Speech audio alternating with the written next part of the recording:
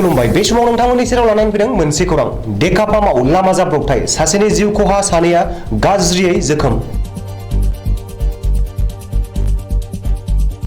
धेमाजि जिल्लानि सिमेन्टसापरि पुलिस थानानि बेन्दोंआव थानाय डेकापाम 512 नं राजा लामायाव गिख्रंथाव लामानि जाब्रबथाय जायो।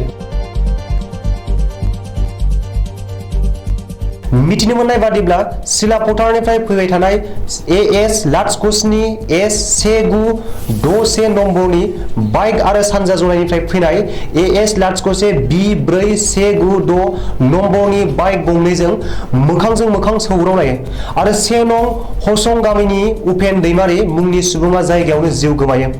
लोगोसे गुबुन सानैया गोब्राब जोखोम जायो। मिथिनो मोननाय बादिब्ला जिउ गोमानाय उपेन दैमारि बिथाङा 3 नं महनपुर गामिनि 3 नं महनपुर गुदि फरायसालिनि लोगो फोरोंगिरिमोन।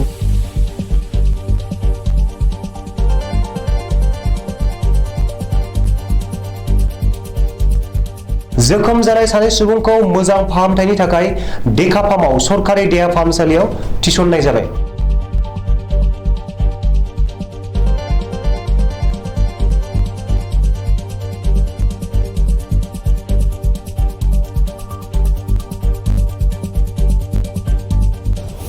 उपेन दैमारिया आंनि देरसिन बिदामोन।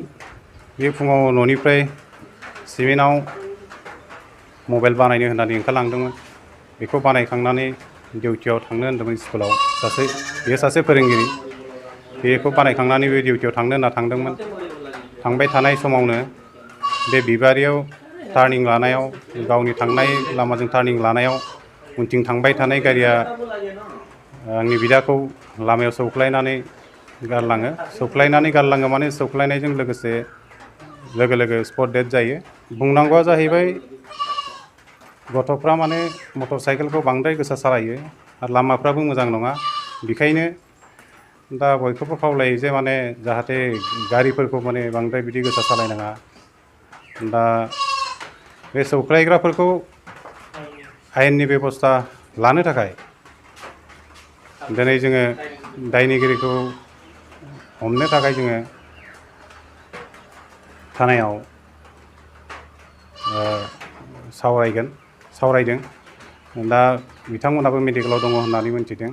दा जोंनिखौबो जों पस्टमर्टम रिपर्ट खालामनो लांनो नागिरदों।